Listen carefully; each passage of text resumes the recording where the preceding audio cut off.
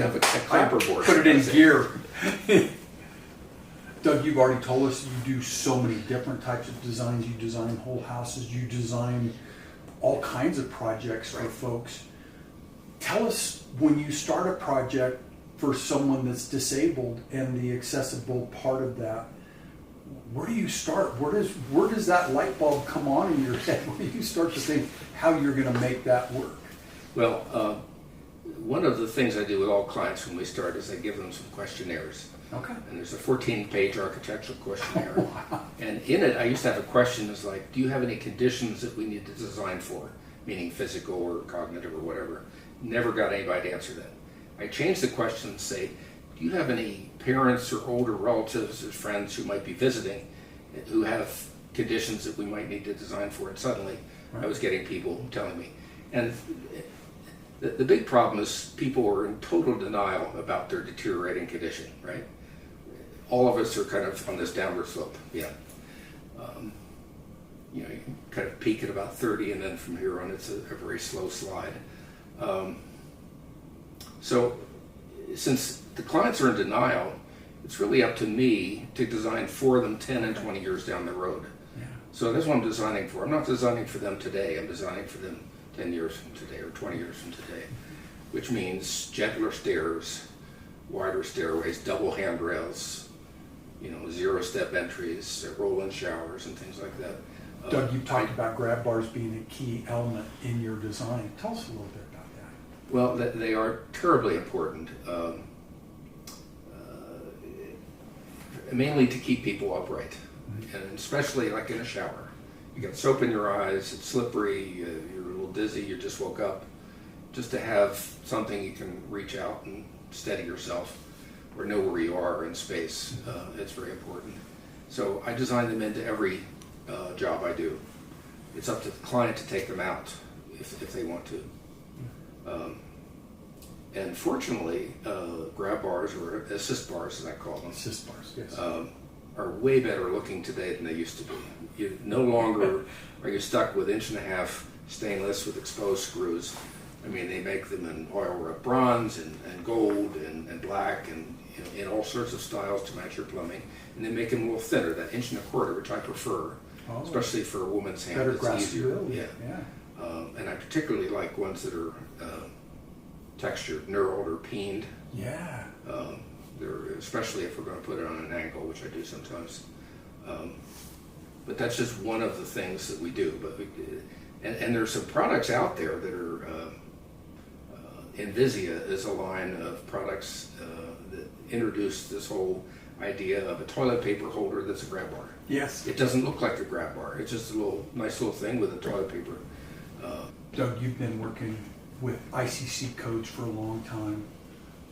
Tell us a little bit about what ICC codes, let's just say for better, you would change to make it better, whether it's the ANSI standard, the ICC standard A117.1. I've got some ideas. Okay, please. First of all, I think code is the bare minimum. And maybe the biggest beef I have with the IRC is their stair code that allows a 7 3/4 inch rise as a maximum and a 10-inch tread. And that's not a safe stair, especially for older people or people who have arthritis, or toddlers, things like that. Commercial code is 7 and 11, which is a far safer stair for everybody. And I just resent the fact that probably the home building people are the ones who are fighting code officials.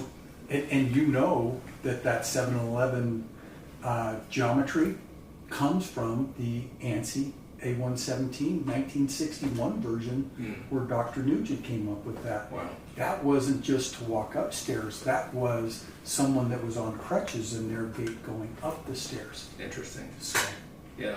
And of course, for outside stairs, you want to do even less than that if you can. yeah. 6-inch rise is pretty good on an outside stair. I remember when my sister built a house and we built a wing for my mother who was in her 80s at the time. I think code back in New Jersey was 8 something. It was 8. Yeah.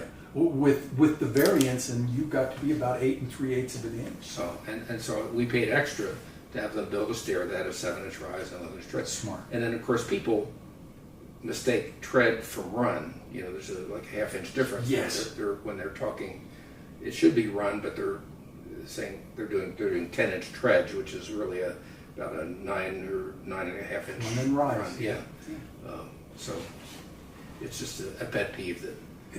That's a big difference, because you take a 10-inch tread and you put thicker carpet pad on there, and then thicker carpet. Now you reduce that even more. Well, and of course I'm maybe hyper aware because I wear a size 14 shoe, so it doesn't really fit on many treads, even 11-inch treads. No. But so I've learned to go down sideways. Yeah. So the theme for week 4 of Building Safety Month is Communities Without Limits. So tell us how we can do that with how you give your gifts and your talents to your community regardless of someone's disability. Well, we're going to accomplish this community improvement one house at a time. That's all we could do, the house we're working on.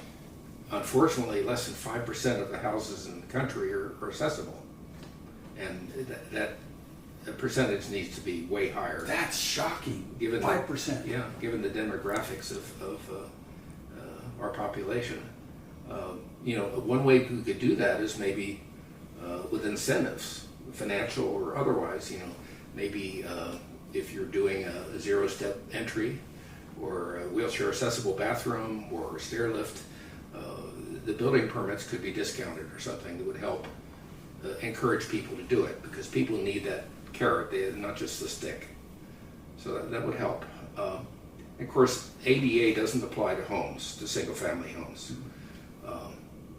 But where ADA does start is at the property line, and anything outside of there is very much governed by ADA, and that's why you see so many cities tearing up, doing curb cuts at corners for accessible. Truncated domes. And Yeah, things like truncated that. domes and all that thing. They're not doing it out of the kindness of their heart, it's the law, yeah. So I'm delighted to see that going on, because just on sidewalk and sidewalk maintenance is a big thing. Because even the half-inch or more of displacement on the sidewalk is a real barrier for someone in a chair or a walker or crutches. I became personally aware for that when I was rehabbing a new hip, and I was taking my little walker out on the street, and I'd catch it every so often. And, you know, you wish that there was some method or vehicle to have all those transitions ground down on a regular basis, to have somebody look after them. Well, the accessibility buildings block class, and I'm sure you remember your classmates, they jumped into wheelchairs. I remember asking you, but you had a foot ailment at that time, but you didn't need to know because you've already lived it. Yeah. You knew what that was Yeah. like. But it amazes me when you see 20-some folks and they go, well, it's easy to get in and out of a door with a wheelchair. No. No. Well, and this takes us back again to code. You know, code will let you do 24, 30-inch doors for bedrooms all day long. But, you know, you suddenly are on crutches or in a walker or in a wheelchair, the 30-inch door is not going to cut it. So in my own designs, the standard door is 36. 36. Yeah, except for like little closets and things like that. But any major room, any bedroom, any bathroom, 36. And of course, since code doesn't make builders do it, they don't. Oh. But again, there should be incentives or something to encourage people to kind of future-proof their houses. Because you're not just designing for the person who's going to move in, you know, 6 months from now. You're designing for, you know, them 20 years, the next owner after that. Right. Well, and that's why builders don't do it. It's cost prohibitive. That 36-inch door is taking some space away from the square footage in there, but they're really not thinking about how that home's going to serve the people. No. They're thinking about how they are going to make their money, right? It's bottom line thing. Yeah, unfortunately. I think the takeaway from all this is that accessible design is good design, just inherently. It's not a separate thing, it's a part of. You know, when we design, we're designing for aesthetics, we're designing for budget, we're designing for energy, we're not designing for accessibility and, you know, half a dozen other things, but it just should be built in. And the more we can encourage people to learn about this and to practice it, the better. Right. Well, as a designer, you're the starting point on all of that. And I can speak from an inspector standpoint. Once I see your design and how the contractors implemented that, that gets me excited that someone thought about that. That was the first thought in the whole process, because it's trickled down. Your information goes to the building department, the plan reviewer analyzes that, and then the building inspector and the contractor evaluate. You know, my dad was a mason contractor, and he told me once, because I asked him, I inquired as a 7-8-year-old kid, how do you build these big buildings, Dad? And he said, one brick at a time, son. And that's the way that it works, just one brick at a time. That sounds like that's your building communities one brick at a time, and you're making them accessible, and you're putting that thought into place.